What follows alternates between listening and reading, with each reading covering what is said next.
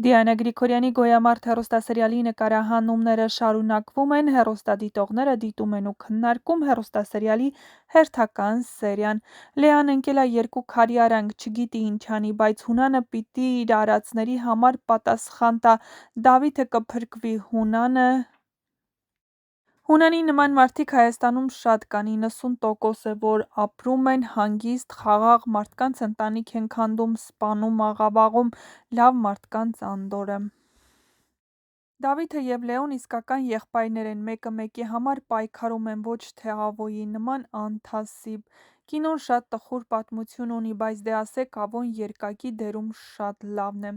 Արդեն հերիք է, թող Դավիթը բացի աչքերը, լավանա, կարոտեցինք Դավիթի խելացի խոսքերին, պապի ու Դավիթի զրույցներին։ Բոլորն էլ սիրում են Դավիթ պապիին, ամեն մեկի տանը որ Դավիթ պապ լիներ, ընտանիքներն իդեալական կլինեին։ Ահա այսպիսին էին այսօրվա սերիայի մեկնաբանությունները, եթե համակարծիք չեք, ապա գրեք ձեր կարծիքները։